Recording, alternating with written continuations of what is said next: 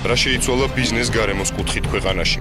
გაერთიანებული ქართული ბანკის ყოფილი მეწილის ზაზა სიორიძის განცხადებით ბიზნესი თავისუფალი გახდა და კერძო სექტორისადმი მიდგომა ბევრად უკეთესია.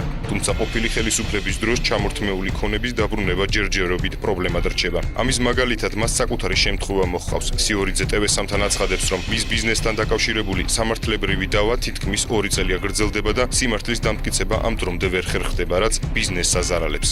არის რამდენიმე ფაქტორი, რომელიც არა მარტო მე როგორც ბიზნესმენს, არა მარტო მე ჩემს უამრავ კოლეგას, ვისაც ეს პრობლემა შექმნია ბოლო წელიწადნახევრის განმავლობაში, ხედულობაში მაქვს სამართლიანობის აღდგენა ბიზნესმენების მიმართ, იმ ბიზნესის მიმართ, რომელმაც განიცადეს ქონების წართმევა, რომელმაც განიცადეს გარკვეული წნეხი წინა ხელისუფლების მიმართ და საგადასახადო დევნა, არასამართლებრივი დევნა, მათ შორის მეც ბუნებრივია, ხო? ამ მხრივ მე ჯერ ვერ ვიპოვე ადამიანი, ვისაც დავუშვათ გამოუხსოვდა მდგომარეობა.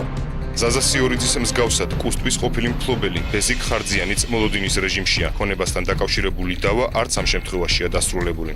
საკუთრების დაბრუნების ასე ვთქვათ კომისიები იქნება და აქედან გამომდინარე ერთი მხრივ სისხლის სამართალი პროკურატურა იძიებს, მეორე მხრივ კომისია გადახედავს და მე ვფიქრობ მართალი ვარ და ძალიან მართალი ვარ, იმიტომ რომ ძალიან ბევრი უსამართლოდ მაწვალეს, უკანონო დამსაჯეს და აქედან გამომდინარე უნდა დავებრუნო და თუ არ დავებრუნო, მაშინ სამართლის აღდგენაზე ზედმეტი არ აპარაკო. TV3 ქონება ჩამორთმეული ბიზნესმენების თემაზე მუშაობას განაგრძობს და ამ თემას კვლავაც მიუბრუნდება.